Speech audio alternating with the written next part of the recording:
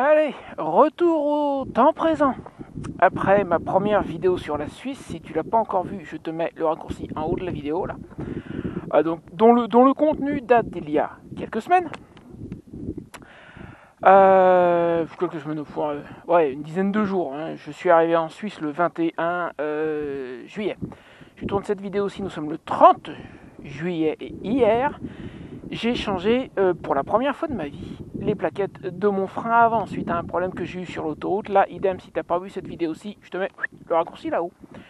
Je pense que je ne vais même pas faire d'intro sur ce coup-ci parce que la vidéo d'aujourd'hui va être très courte. Mon seul but, c'est de tester les résultats de mon travail. Mon ami Patrick, qui a remis en état la moto pour moi et qui, il y a presque un an, en octobre de l'année dernière, a changé le disque et les plaquettes, m'a dit, après avoir vu la fameuse vidéo donc d'hier, que j'ai bien bossé, que j'ai fait comme il fallait.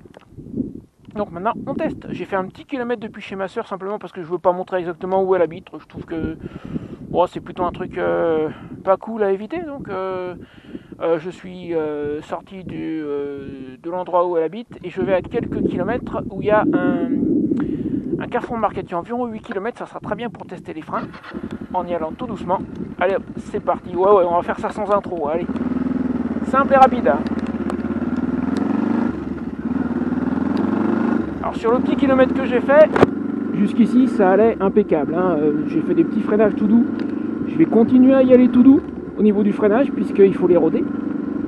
Mais jusqu'ici, a priori, tout va bien. Et je pense avoir compris entre temps comment j'ai fait pour perdre la petite plaquette. Puisque, encore une fois, je t'ai mis le raccourci tout à l'heure, je vais te mettre même le lien dans la description de cette vidéo. Lorsque j'ai changé les plaquettes, j'ai réalisé qu'il en manquait une sur les deux. Alors il se trouve que celle qui manque, c'est celle qui est poussée par le piston. J'ai un étrier simple piston et le piston, donc évidemment, il ne pousse que d'un côté. De l'autre côté du disque, j'ai aussi une plaquette, mais on m'a expliqué il y a quelque temps que ça fonctionne par torsion.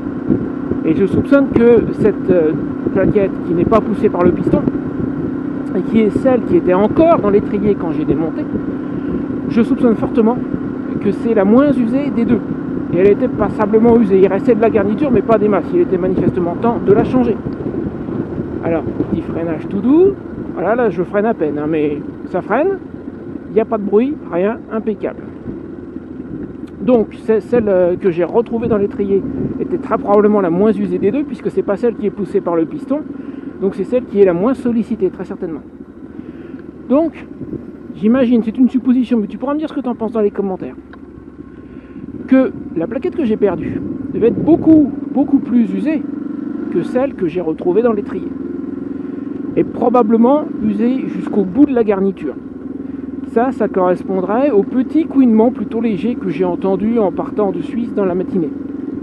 C'est-à-dire qu'à ce moment-là, a priori, je n'avais pas encore perdu la plaquette.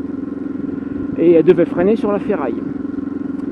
Mais comme elle était usée à fond, encore une fois c'est une supposition, si tu as vu ma vidéo du changement de plaquette, tu sais qu'il y a une grande pièce triangulaire sur laquelle vient se fixer la petite... bonjour petit, la petite plaquette. Et que cette pièce triangulaire donc coulisse. Et elle doit être prévue pour coulisser dans une certaine tolérance.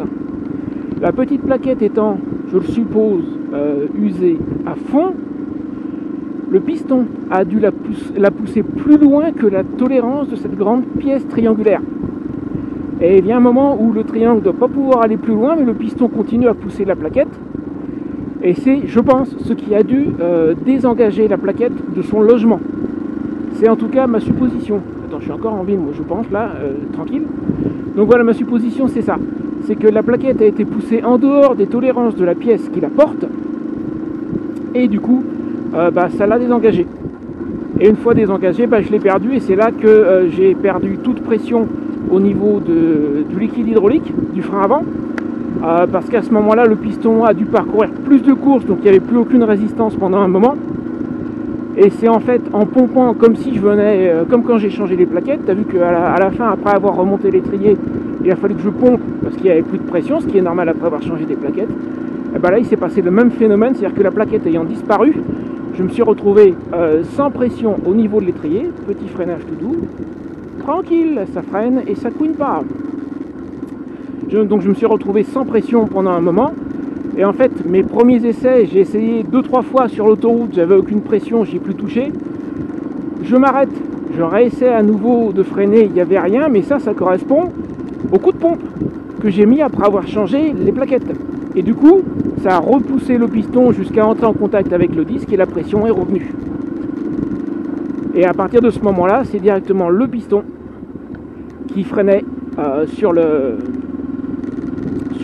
disque. Alors le disque a priori n'a rien, il semble pas, je l'ai inspecté, j'ai pas de pied à coulisse sous la main mais il a pas l'air d'être abîmé. Là niveau freinage, ça se passe bien. En arrivant sur Château-Landon, j'y suis presque, je vais peut-être essayer de me faire un petit freinage d'urgence, pas maintenant, il y a une voiture derrière moi, juste pour voir ce que ça donne. Mais a priori tout va bien. Donc voilà ma suspicion. Je vais m'arrêter au stop. Elle freine très bien même. Elle freine très très bien pour l'instant. Impeccable. Alors normalement le Carrefour Market c'est la deuxième à gauche. J'ai bien dit gauche. Donc voilà pour la petite histoire comment j'ai pu perdre une plaquette. Je pense que c'est comme ça. Voilà, il y avait autre chose que je voulais dire, je sais plus quoi. Bon, mes autres vidéos sur la Suisse arrivent, ça vient. Il y a tout plein de choses, il y en a une telle tonne que je m'y perds un peu, c'est long à monter, mais ça arrive. Il y a pourtant autre chose que je voulais annoncer, ça m'échappe, alors attends que je me cours pas, je pense que c'est là. Perdu, c'est pas là. C'est pas là. Et ben, ça doit être la prochaine à gauche, ou alors c'est que je l'ai manqué, mais on va trouver. Il est quelque part à gauche, le supermarché. Ah, je suis sûr qu'il y avait autre chose que je voulais annoncer. Ah oui. Oui, ça y est, ça me revient. Ça concerne aussi la moto. Donc le frein s'est réglé. Par contre, j'ai quand même des inquiétudes concernant un certain nombre de pièces mécaniques dont je ne peux pas m'occuper tout de suite. Allez, on va essayer à gauche, ça doit être par là. Notamment au niveau des tubes de fourche. Il y en a un qui est rayé. Et j'ai le tube gauche, le joint gauche qui perd de l'huile petit à petit. Mais depuis l'année dernière, il devait déjà être rayé. Je pense que je m'en étais pas rendu compte quand j'ai acheté la moto. Le voilà, le Carrefour Market. Ouais, donc le tube devait déjà être rayé quand j'ai acheté la moto.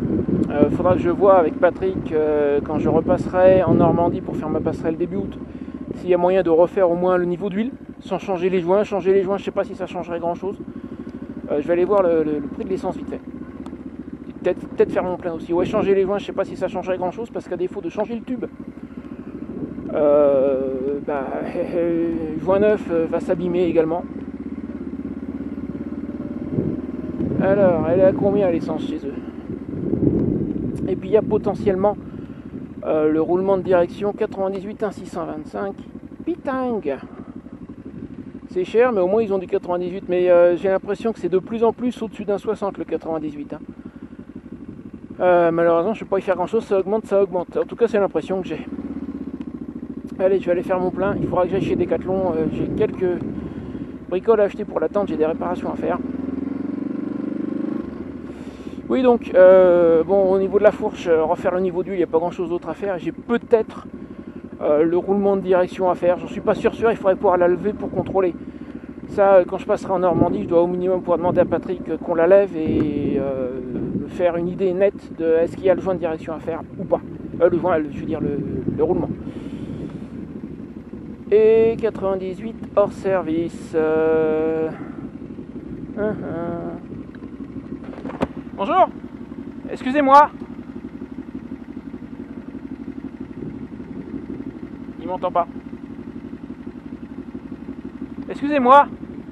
Il y a du 98 de votre côté? Ah, là il est HS. Le vôtre fonctionne? 98, 95. Merci. D'accord, c'est HS juste de ce côté-là.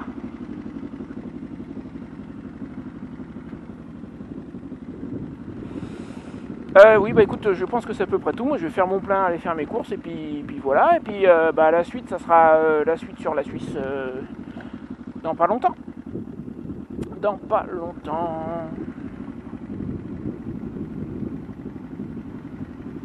Ah bah oui, ça c'est mieux. De l'autre côté, il est marqué HS. C'est pour ça. Allez, salut, t'oublies pas de me mettre un petit pouce bleu, un commentaire, un partage, tout ça. Et puis si t'es pas encore abonné, c'est le bon moment, quoi. Salut. Et puis, elle freine comme ça. Très content.